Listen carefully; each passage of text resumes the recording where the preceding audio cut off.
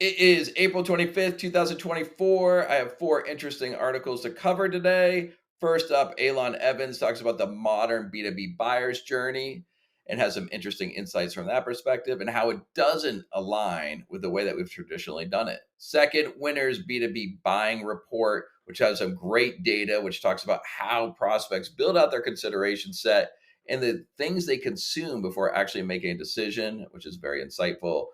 Third, Jake Ward talks about the Google algorithm update from March, and its impact is not what you may have read on social media, and has some data to support that. And finally, Reid Hoffman is interviewed by the AI version of himself, which I found amazing and just wanted to share because its impact on growth and marketing will likely be substantial moving forward. So let's get started. All right, let's take a look at this article by Alon Even. In it, he talks about the modern B2B buyer's journey. He starts off by talking about when you take a company centric sales approach, you force B2B buyers down the funnel before they're ready to buy. That is true. You're not aligned with how buyers want to buy. True again. You damage your brand. Yep. And you lose deals. So, if you're not aligned with how people want to buy, it is definitely not good for your organization in terms of both your brand and driving sales. So, he says, the reality is the B2B buying process is complex and looks like a maze. And he says, because it's an accumulation of touch points over time that drives your buyers to take action. And now that's one of the things I don't completely agree with. You're not driving your buyers to take action. They realize they need to take action. What you need to do is develop a brand presence, recall, so that when they do take action, they think about you and they think about your organization. So that's the critical component here. It's not that you are driving them to take action through your marketing, it's that you are in the consideration set when they actually do take actions. And he says it just takes time for them to work through the funnel. They need to become problem aware, prioritize solving the problem, become aware of the category and solution, get the buying committee on board, and then allocate budget, and then finally make the decision. So, because it's the foundation of how you do marketing, unless you want assumption led growth, making customer research a priority is no longer optional. And that is the critical thing here is that you need to be able to enable customers to do the research. It's not just about trying to force them to a demo, but it's building this presence, this brand that puts you in the consideration set, understanding that they're researching before they get to you.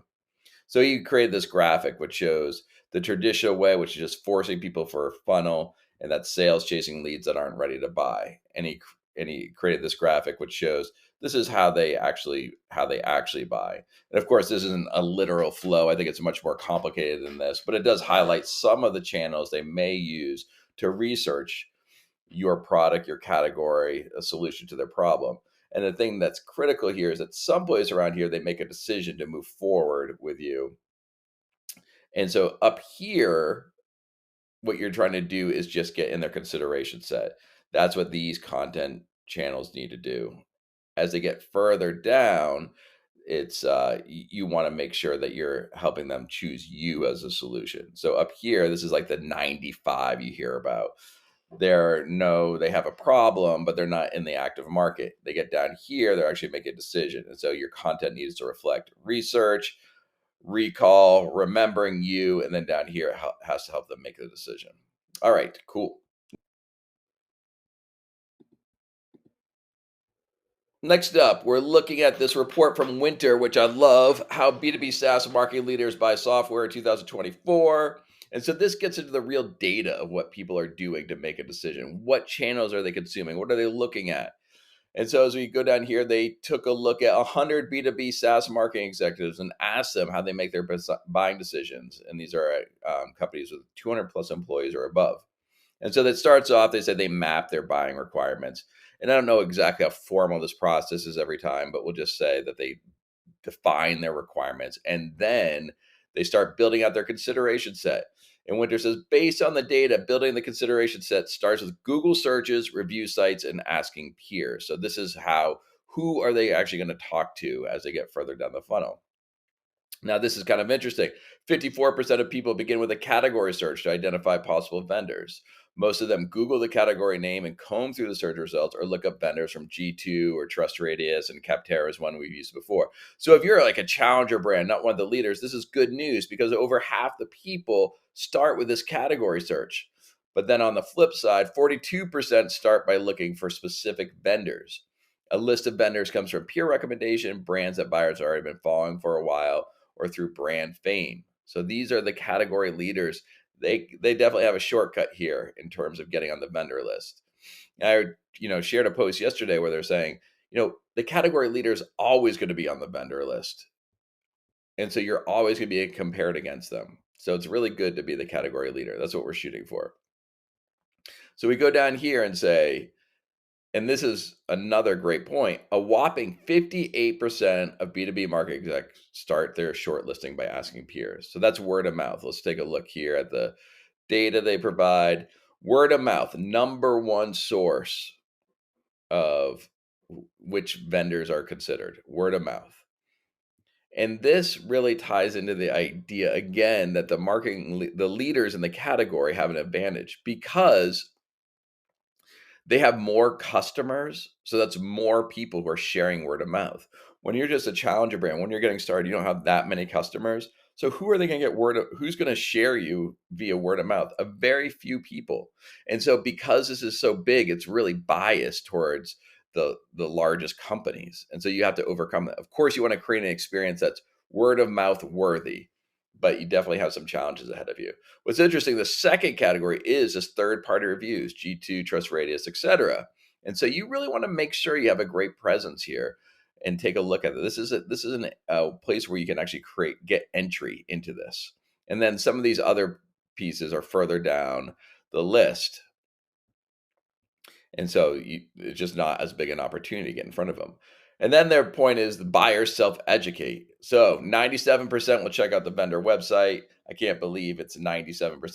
It has to be 100%. I can't imagine someone making a purchase without looking at someone's website. And that's why the website's so critical. That's why you got to focus on that. Everyone's looking at your website. Next, 82% use interactive demos or virtual ways of checking out the tool. And like I said before, that seems a little high because you don't see a ton of interactive demos out there. And then 81% look at third-party reviews. So this is when they actually get further down the funnel. This is what they're looking at. What's interesting to me in this is that what are they looking at? Supplier social media, only 40%. Suppliers blog, 30%. Digital ads, 33%. The point being that companies spend a lot of time focused on this part of the funnel and their content and social media, et cetera, but people aren't checking that out that much. And so maybe it's worth taking that time in your content and focusing on that consideration before they've made their consideration set. That real top of the funnel, the awareness, trying to get recall and remembrance rather than trying to get them converted via these content channels when they're lower in the funnel. Anyway, that's a great piece of content from Wynter. Definitely check it out. I think it's got some terrific information for anyone who's interested in B2B SaaS. Next up, Jake Ward. And this is about the Google algorithm update in March. And so there's a lot of talk about this. And he says, we analyzed 5,000 websites to see the true impact of the March 2024 Google update.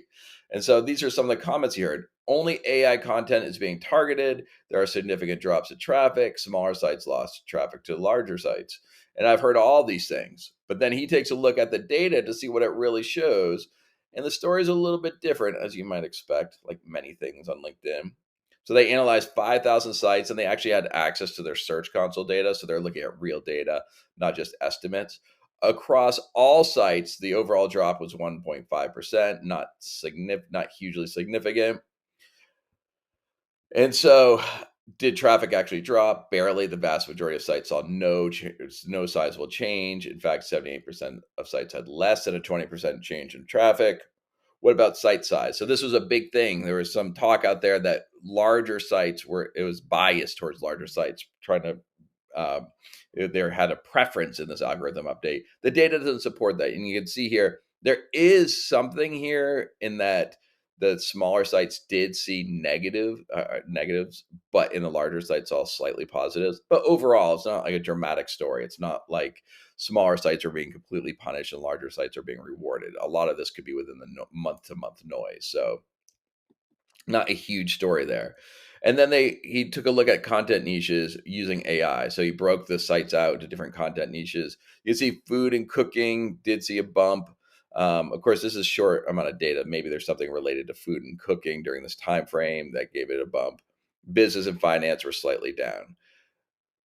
So there wasn't a huge story there, but there was one thing that really came through, which is we had a not applicable category for sites where AI couldn't determine a clear content focus. These sites cover a broad range of topics and multiple niches. So they're just spread out. They don't have a focus. They dropped 26%. And so the lesson here is you have to be great at something. You have to be an authority in something. You have to be focused on something. Create your vision and then create authority around that. That's critical here. And so Google's punishing you not having authority. Google's punishing you for not being too spread out, but it's true across all of your marketing efforts. Having that brand authority. And I mean, you saw in the previous article, being a leader gains you a lot. And so you need to figure out who you are and be very highly focused on that. And so that's the critical piece. And so, and Jake supports that. Focus on your content on specific niches. And then when they took those out, when they took those sites out, they actually saw overall traffic was actually up 6.2% month on month. So it wasn't tons of sites weren't getting punished for this. And sites that had authority that were doing it the right way, potentially were getting rewarded for that. So anyway, the key here is he says, don't believe the hype and then focus your content, become an authority. That's the critical component here that you should really be focused on. So great article, Jake. Love the data. Let's keep it up. And then I wanted to talk about, and I don't know if you saw this already, but I was pretty impressed with this. So I just wanted to share a few clips from Reid Hoffman being interviewed by the AI version of himself, and just a quickly on how he did this. So a bit on how this was built without getting too in the weeds. Of the video avatar was generated by Hour One, which I have not looked at, but I will because it's pretty amazing. The voice cloning is done by 1111 Labs. And the persona, as in the way Reid AI formulates his responses, is generated from a custom chatbot built on GPT-4 that draws from my books, speeches, articles, podcasts I've produced over the last 20 years. So anyway, take a look at this clip, see if you're as amazed as I was, and just think about the impact this is going to have on growth and marketing. All right. And that's it for me today. I will see you tomorrow. 4 interesting articles. Hope you found them interesting and beneficial. And like I said, hasta mañana. I'm going to challenge Reid AI with some questions to see what it can do and how good its content is in mirroring what I might say. Then the tables will turn and I will challenge you with some questions about AI and tech. Of course, there's a second question, whether or not I'll answer. Well, okay, challenge accepted. Let's get started. Let's take a real piece of work from me, blitzscaling. I wrote a 336-page book. And how do you explain it in one sentence? To a smart person, to a 5-year-old, well, for the Star Trek fans, in Klingon, and as Jerry would explain it in Seinfeld. Okay, condensing your entire strategy from a 336-page book into one sentence, and starting with the explanation for the smartest person in the world. Blitzscaling is a strategic acceleration of organizational growth to seize market dominance by prioritizing rapid expansion over efficiency, leveraging capital and network effects to outpace competitors in winner-takes-all markets, despite the attendant risks to scalability and operational stability. Now, for a 5-year-old, blitzscaling is like building the biggest tower super fast before anyone else, even if it gets a bit messy, so you can be the leader of the tower game.